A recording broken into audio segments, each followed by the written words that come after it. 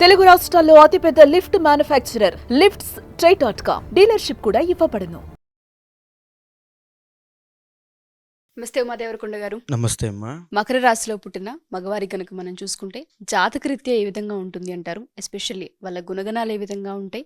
నూతన సంవత్సరం మొదలైంది కాబట్టి ఎస్పెషల్లీ ఈ సంవత్సర కాలం పాటు ఏ విధంగా ఉంటుంది? ముఖ్యంగా మకర రాశి అంటే ఉత్తరాషాఢ, శ్రవణము, ధనిష్ట ఈ 3 నక్షత్రాలు ఈ యొక్క మకర రాశిలో పరిగణించబడతాయి. అయితే అందులో ఇప్పుడు మనం మాట్లాడుకునేది మగవాళ్ళ గురించి. సో వాళ్ళ క్యారెక్టరిస్టిక్స్ ఎలా ఉంటాయి, లేకపోతే ఎలాంటి విషయాల్లో జాగ్రత్త తీసుకోవాలి, రాబోయేటువంటి సంవత్సరంలో ఎలా ఉండబోతోంది అని. మకర రాశి వాళ్ళకి జనరల్గా ఆధిపత్యం వహించేది శని భగవానుడు. సో శని అనగానే ముఖ్యంగా గుర్తొచ్చేది డిసిప్లిన్, డిటర్మినేషన్, డెడికేషన్, తర్వాత ఇండిపెండెంట్గా ఎదగడము, ఇండివిజువల్గా వాళ్ళ సామ్రాజ్యాన్ని వాళ్ళు సృష్టించుకోవాలి అనుకోవడము, లేకపోతే ప్రపంచానికి ఒక కాంపిటీషన్గా ఉంచుకోవాలి అనుకోవడము, ఒక పోరాట స్ఫూర్తితో పనిచేయడం, ఇవన్నీ కూడా మకర రాశిలో జన్మించిన ఎవరికైనా, ఇద్దరు స్త్రీ అయినా పురుషులైనా, అంటే ఆడవాళ్ళకి మగవాళ్ళకి కూడా ఇదే రకమైనటువంటి పరిస్థితి ఉంటుంది, స్వభావము. ఇందులో ముఖ్యంగా ఈ మకర రాశిలో జన్మించిన వాళ్ళకి సెకండ్ హౌస్ ఓనర్ కూడా కుంభం అవుతుంది కాబట్టి శని మాత్రం ఆధిపత్యం వహిస్తుంటాడు కాబట్టి విద్య విషయంలో ఆటంకాలు వచ్చే అవకాశాలు ఎక్కువ శాతం ఉంటాయి మగవాళ్ళకి. ప్రైమరీ ఎడ్యుకేషన్లో అండి ఖచ్చితంగా ఆటంకాలు వస్తాయి. అది కనుక దాటి వీరు ఎదగలిగితే తర్వాత ఎడ్యుకేషన్ చాలా బాగుంటుంది. ఎడ్యుకేషన్ తరువాత ఖచ్చితంగా జాబ్ చేసే అవకాశాలు ఉంటాయి. అంటే కొన్ని రాశుల వాళ్ళకి చదువుకున్న తర్వాత వేరే వృత్తిలోకి వెళ్ళిపోతారు. అంటే చదువుకున్న చదువుకి వృత్తికి సంబంధం ఉండదు. కానీ మకర రాశి వాళ్ళు అలా కాదని, సెకండ్ హౌస్ ఓనర్ శని అవుతాడు కాబట్టి ఖచ్చితంగా విద్యపరమైనటువంటి జాబే వస్తుంది. విద్యకు తగినటువంటి జాబే ఖచ్చితంగా వస్తుంది. ఇక థర్డ్ అండ్ 12th లార్డ్ గురుడు అవుతాడు కాబట్టి జాగ్రత్తగా ఉండాల్సింది ఏంటంటే మకర రాశి వాళ్ళ దగ్గర డబ్బులు నిలబడవు. ఎప్పుడూ విపరీతమైన ఖర్చులు అవుతూ ఉంటాయి. మీరు చూడండి, ఒక వ్యక్తి ఉంటాడు, బాగా చిన్నప్పటి నుంచి కష్టపడతాడు, బాగా ఏదో ఒక 30,000-40,000 జాబ్ సంపాదిస్తాడు. జాబ్ సంపాదించిన తర్వాత ఒక పెద్ద ఇల్లు కట్టాలని కోరికతో ఒక లోన్ పెడతాడు. ఆ 40,000లో 30,000 లోన్కి వెళ్ళిపోతాయి. ఆ 10,000తో గడుపుతూ ఉంటాడు. అలా ఏంటంటే జీవితంలో ఒక పెద్దది కావాలి అని కోరుకుని దానికోసమే జీవితాంతము కష్టపడేటువంటి తత్వము మకర రాశి వాళ్ళకు ఉంటుంది. చాయిస్ తీసుకోరండి, అంటే షార్ట్ కట్లు వెతుక్కోరు, కష్టపడుతూనే ఉంటారు.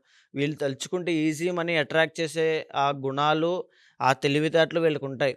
కానీ వీళ్ళు ఆ దారిని ఎంచుకోరు. కష్టపడాలి, నా కష్టానికి తగిన ప్రతిఫలాన్ని అనుభవించాలి తప్ప నాకు వేరేది అవసరం లేదని అనేటువంటి ఆలోచనతోనే ఉంటారు. అదేవిధంగా 4th లార్డ్ కుజుడు అవుతాడు కాబట్టి బ్రహ్మాండమైనటువంటి గృహయోగము, స్థలాలు కొనేటువంటి యోగం ఉంటుంది. సో అంటే జాతకంలో ఒకవేళ ఇంటర్నల్ జాతకంలో వీళ్ళకి శని బాగున్నాడు అనుకోండి, అద్భుతమైనటువంటి యోగం పడుతుంది.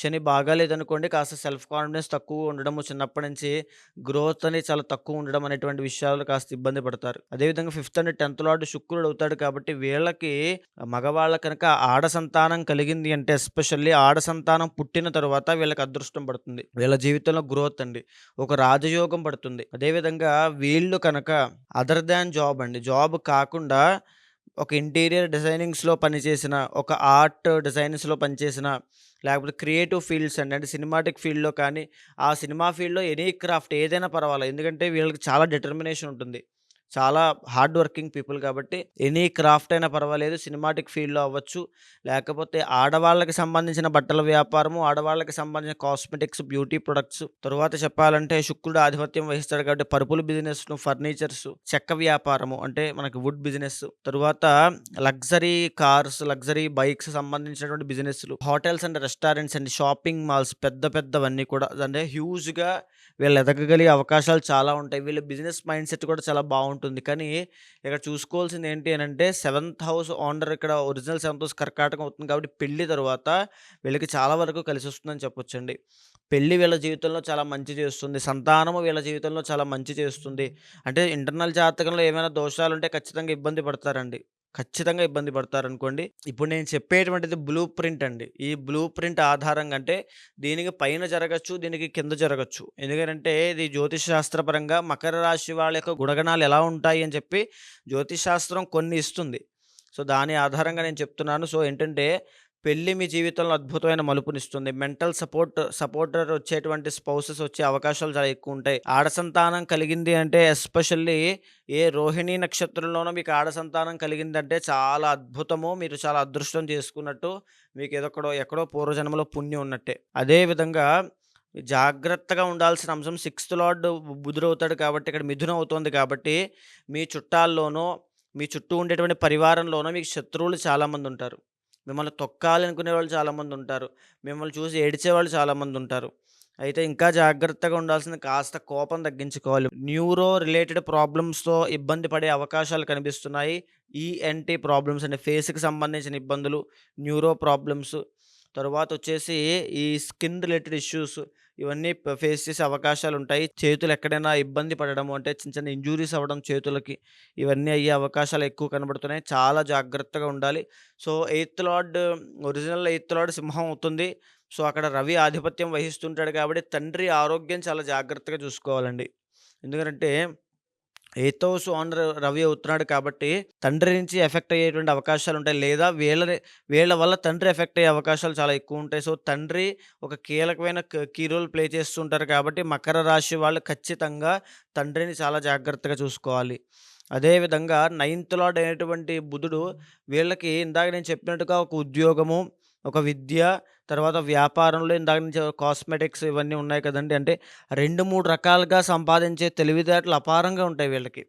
సో, ఇంకా చెప్పాలి అంటే డీప్‌గా ఇల్లీగల్ బిజినెస్‌లు, బ్లాక్ మనీ కూడా ఎక్కడ ఎవరి దగ్గర ఎక్కువ ఉంటుందనంటే ఈ మకర రాశి వాళ్ళ దగ్గర ఎక్కువుంటుంది. వాళ్ళకి ఆ తెలివితేటలుంటాయి. కానీ చాలామంది అంటే ఒక 60-70% పీపుల్ మకర రాశి వాళ్ళు ఆ దారిని ఎంచుకోరు. ఆ దారిని ఎంచుకున్న మకర రాశి వాళ్ళు దొరకరు. సామాన్యమైన మనుషుల్లా ఉండరు. సో, ఒక బిగ్ షాట్స్ అలా ఎళ్ళిపోతారు ఆ రేంజ్. అయితే వీళ్ళకి dual incomes, multi income sources ఒక 10 రకాలుగా ఇన్‌కమ్ వచ్చేటువంటి అవకాశాలు చాలా ఎక్కువుంటాయి. తండ్రి దగ్గర నుంచి ఆస్తి రావడము, లేకపోతే వంశపారంపర్యంగా వచ్చే ఆస్తి వల్ల సుఖపడడము. అంటే ఎందుకంటే బుధుడు బాగుండాలి. వీళ్ళ ఇంటర్నల్ జాతకంలో బుధుడు బావుంటే గనక చాలా అద్భుతంగా ఉంటుంది. అదే విధంగా జాగ్రత్తగా ఉండాల్సిన ఇంకొక అంశము చిన్న వయసులో అంటే ఒక టీనేజ్ అవ్వచ్చు, లేకపోతే 20, 25 లోపు ఉన్నవాళ్ళు అవ్వచ్చు. ఈ ఏజ్‌లో ఉన్న వాళ్ళకి చెడు సహవాస దోషం పట్టే అవకాశాలు చాలా ఎక్కువ శాతం ఉంటాయి. వ్యసనాల బారిన పడేటువంటి అవకాశాలు చాలా ఎక్కువ శాతం ఉంటాయి. ఖచ్చితంగా చాలా ఇబ్బంది పడతారండి. ఆ వ్యసనాల జోలికి వెళ్లారా, ఆ చెడు సహవాస దోషం పట్టిందా, వాళ్ళు కంప్లీట్‌గా కొలాప్స్ అయిపోయినట్టే. వాళ్ళ జీవితంలో లేదా వాళ్ళ జాతకంలో ఉన్నటువంటి రాజయోగాలు ఏమీ పనిచేయవు. కాబట్టి ఆ విషయంలో చాలా జాగ్రత్తగా ఉండాలి. ఇక 2025 సంవత్సరం వచ్చింది. ఈ మకర రాశి వాళ్ళకి ఇప్పటిదాకా ఎన్నో ఇబ్బందులు పెట్టి వీళ్ళు ఎన్నో ఇబ్బందులు పడినటువంటి ఏలినాటి శని మార్చి 30 తర్వాత వెళ్ళిపోబోతోంది. ఈ మార్చి 30 దగ్గర నుంచి ఒక రకమైన ఉపశమనం కలగబోతున్నారు వీళ్ళు. ఇప్పటిదాకా ఎన్నో ఇబ్బందులు పడ్డారు. 12th హౌస్‌లో శని అనంటే విపరీతమైన డబ్బులు ఖర్చుతో ఇబ్బంది పడ్డారు. ఆరోగ్య సమస్యలతో ఇబ్బంది పడ్డారు. లేనిపోని మాటలు పడుతూ వీళ్ళ తప్పు లేకుండా ఇబ్బంది పడ్డారు. అప్పుల పాలు అవ్వాల్సినటువంటి పరిస్థితి వచ్చినా ఎలాగోలా తట్టుకొని నిలబడ్డారు. ఇప్పటి నుంచి మార్చి 30 తర్వాత శని భగవానుడు మీకొక విముక్తినివ్వబోతున్నాడు. ఒక ఉపశమనాన్ని ఇవ్వబోతున్నాడు. జ్యోతిష్ శాస్త్రం ఏం చెప్తుందంటే అండి, ఏలినాటి శని వెళ్ళిపోతుంది అనంటే ఖచ్చితంగా ఒక శుభకార్యం జరుగుతుంది అని అర్థం. ఏదైనా పెళ్లి కావాలంటే పెళ్లి, సంతానం లేనంటే సంతానము, ఉద్యోగం లేదంటే ఉద్యోగము, బిజినెస్ గ్రోత్ లేదంటే కొత్త బిజినెస్సు, కొత్త రకమైన పరివారములు అద్భుతంగా ఏదో ఒకటి రాణిస్తుంది.